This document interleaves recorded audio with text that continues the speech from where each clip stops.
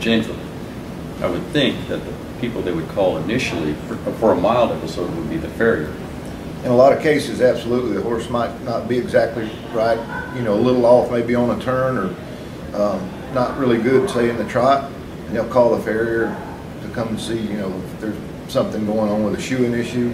And a lot of times, me personally, I'll get to a horse like that, palpate the pulses, maybe look at the horse go, put a set of hoof testers on him, and sometimes they will be presenting themselves. They'll hoof test over the coffin bone, have a mild palpable pulse, and that's when, me personally, I like to get the vet involved right away. I mean, immediately, 911, and let's do some radiographs and diagnostic exams on the horse and see where we're at.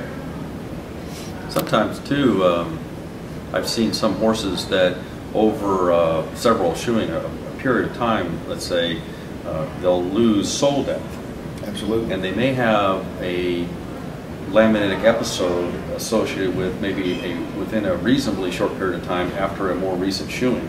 And that's why the radiographs are very important to do, to get involved, because the farrier has shot a horse a similar way for years and never had a problem. Then all of a sudden the horse is lame, and through no fault of his own, but at the end of the day, we can evaluate the sole depth, and that would help him with his shoeing strategy for the future.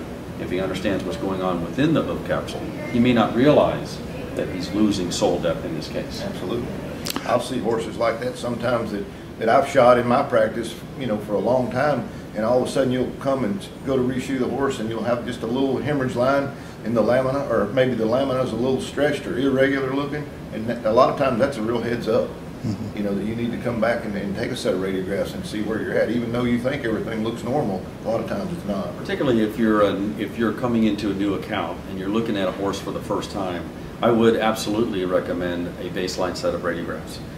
I think it's very helpful to understand what's going on within the hoof capsule and to look at the relationship between the hoof, the sole, and P3 on a radiograph, and that'll help you get a three-dimensional picture of that foot in your mind when you're trimming and applying the shoe, and it may help you decide what sort of shoe to apply. Absolutely.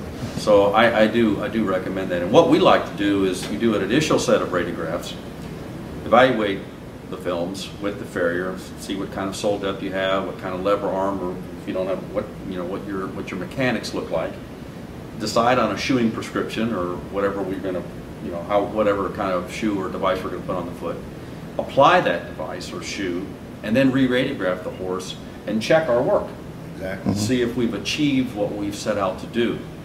And it's not uncommon to have to readjust it a little bit, but at that point I think it's very helpful, because now the farrier has a mental picture of what's going on inside the foot, and he's achieved that strategy that we've looked at for the proper mechanics, and now he can see it on the external part of the foot and correlate it in his mind with what he sees on the radiographs. Absolutely. Every case is different. You know, everybody in the farrier world talks about breakover or no breakover or whatever, but absolutely. You put your mechanics to that horse off of those radiographs.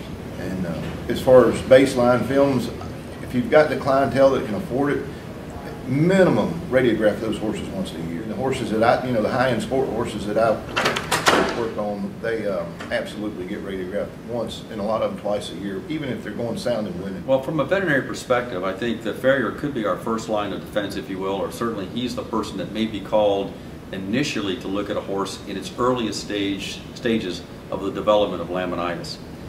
And I think the thing that he can do, the most benefit he can do for his equine patient at the time, is to recommend getting that thing in ice until the veterinarian can get there and either confirm that it is a laminitic episode or find some other reason for the hoof pain.